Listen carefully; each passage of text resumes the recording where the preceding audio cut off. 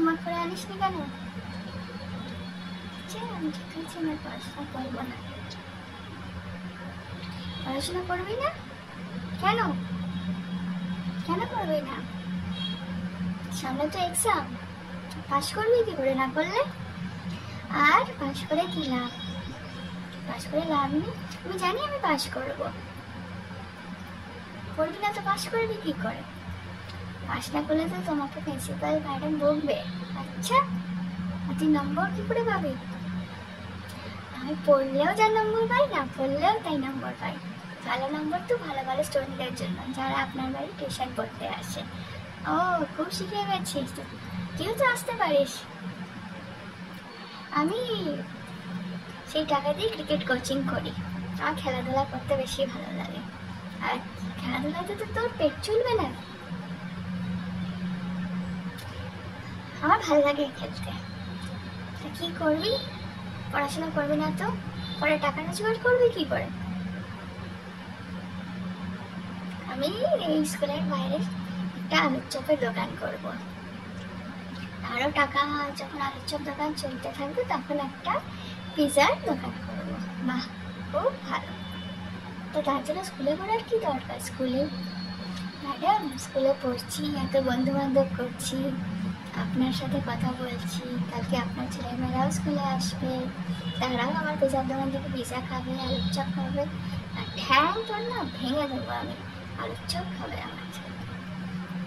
হ্যাঁ তো, আচ্ছা। আর তো এই বন্ধু বান্ধবরা কি, তাদের বয়স পারবে না? তারা কি সারা জীবন স্কুলেই থাকবে? আর তুই যখন আলুর চপের দোকান করবি সেখানে গেলে তোর আলুর চপ খাবে না? তাদের ছেলেমেয়েরা আসবে বা তাদের নাতিপুতিরা আসবে। বা বাবা বা, আর তো ওরা বয়স পারবে না।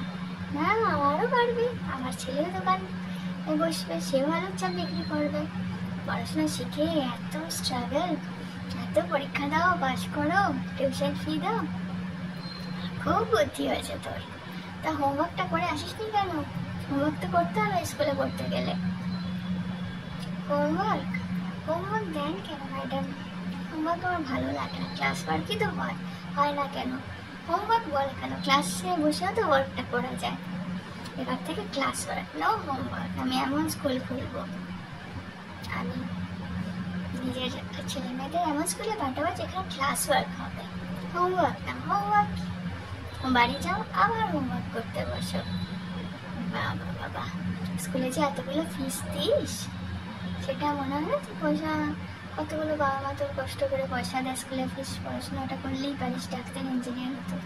বাবা, এটা আমার দরকার নেই ডাক্তার ইঞ্জিনিয়ার হয়, সব হয়েও চাকরি পাওয়া যায় না। চাকরি করেও অফিসে নাকি খুব পলিটিক্স, তার থেকে ভালো মনে আনন্দে আলুর চপ বিক্রি করবো, তারপর পিজার দোকান করবো ডমিনোসের মতন। পিজা তো সবার খেতে ভালো লাগে। ম্যাডাম, আপনার ভালো লাগে না?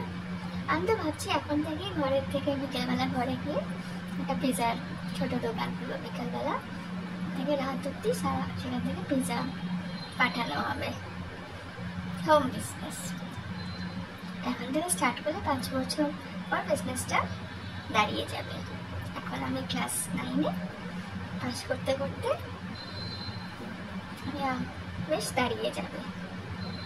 যতক্ষণে আমার বন্ধুটা চাকরি পাবে ততক্ষণে আমার ভালো রোজগার হয়ে যাবে। বাবা বাবা, বেশ তো শিখেছিস। এগুলো কোথায় শিখিস? এগুলো আমি এমনি শিখি, গাছতলায় বসে বসে। ছুটি হয়ে যায়, তারপর 1 ঘন্টা গাছতলায় বসে থাকি। ওটাই তো আমার উইজডম ট্রি, যেখানে বসে বসে বোধিসত্ত্ব, ওই বুদ্ধদেব নাকি কি একটা বলে এনলাইটেনমেন্ট অ্যাচিভ করেছিল। আমি গাছতলায় বসে বসে নিজের জীবনের অনেক ফিউচার দেখতে পাই। আপনিও বুঝতে পারেন ম্যাডাম, তাহলে আর স্কুলে আপনিও আসবেন না।